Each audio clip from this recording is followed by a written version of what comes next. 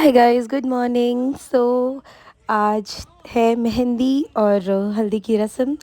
हम पहुंच गए थे छत पर, क्योंकि डेकोरेशन छत पर ही हो रही थी हल्दी मेहंदी के लिए।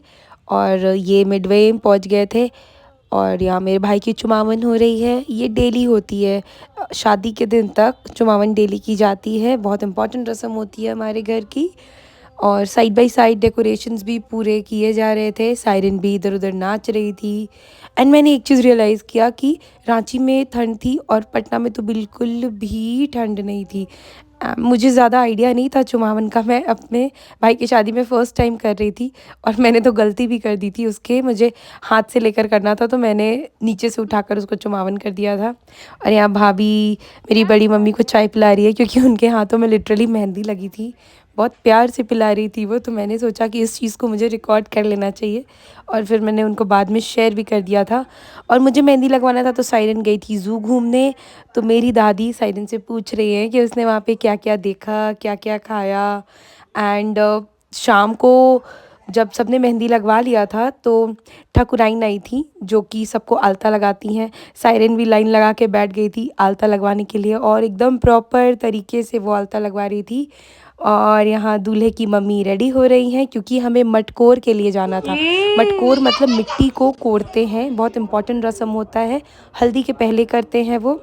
सायरन को भी मैंने बिल्कुल येलो थीम के हिसाब से येलो कपड़े पहना दिए थे, थोड़े से वार्म वाले। और यहाँ मेरी दादी मुझे साड़ी दिखा रही थी जो वो पहन रही थी। मेरी मम्मी प्लीट्स ठीक कर रही हैं। कौवे और यहाँ लगे। छोटा भाई मुझे ज्ञान भी दे रहा है, अच्छा। कुछ तो ज्ञान की बातें बता रहा है वो। और मतलब मैंने देखा सायरन बहुत अच्छे से बॉन्ड कर रही थी वहाँ सबके साथ।